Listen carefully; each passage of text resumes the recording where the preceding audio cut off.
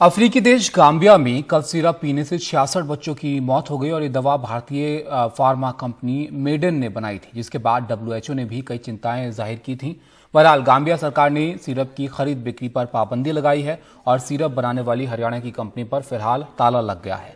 हरियाणा सरकार का इसको लेकर कहना है कि अगर मानकों में गड़बड़ी पाई गई तो कार्रवाई करेंगे। भारत सरकार ने कहा है कि हमने कंपनी को सिर्फ सिरप के निर्यात का लाइसेंस दिया था, इसलिए देश में ये सिरप कहीं नहीं बिका।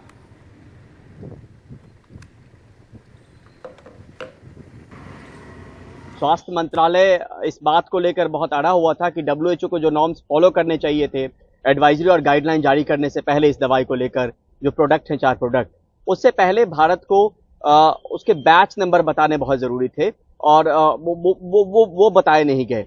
साथ में ये भी केंद्रीय स्वास्थ्य मंत्रालय और डीसीजीआई की तरफ से ये पूछा गया था जेनेवा में डब्ल्यूएचओ के जो हेड ऑफिस है वहां से, कि अगर ये प्रोडक्ट इस्तेमाल किया गया है तो देश पहले उसकी जांच करती है, तब उसका इस्तेमाल करती है।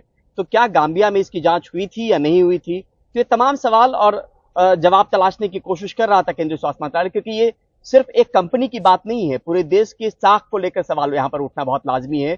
क्योंकि आप इसको भारत से जोड़ के देखेंगे, पूरा जो भी देश है उसको भारत से जोड़ के देखेंगे कि भारत की एक कंपनी की बनाई गई दवा के बाद बच्चों की मौत हो जाती है।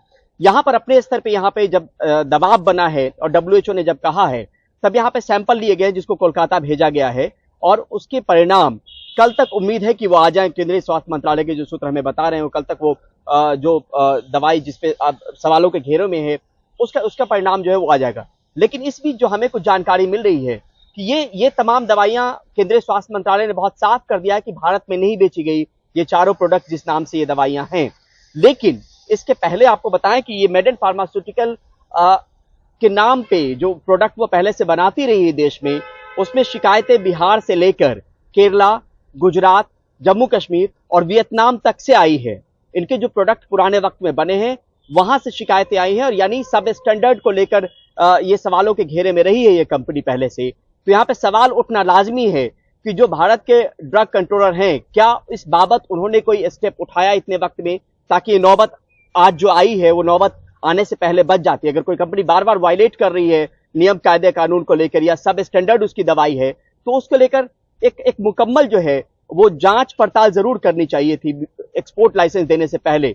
तो सवाल यहाँ पे भी उसके बारे में विस्तार से बताएंगे। कुछ जानकारी और जुटा रहे हैं जिसमें वो क्या क्या कौन कौन से प्रोडक्ट थे, उसमें सिरप थी, दवाइयां थी और किस तरह के सब स्टैंडर्ड थे, यहाँ पर कहां पर कंपनी ब्लैकलिस्ट पहले हो चुकी है मेडेन फार्मास्यूटिकल्स, ये तमाम जानकारी भी दर्शकों को देंगे। लेकिन यहाँ पर अब उसी बात पर नजर टिकी हुई है कि लैब से जो रिपोर्ट आएगी सैंपल को लेकर, वो रिपोर्ट आखिर किस बात की तरफ तस्दीक करती है।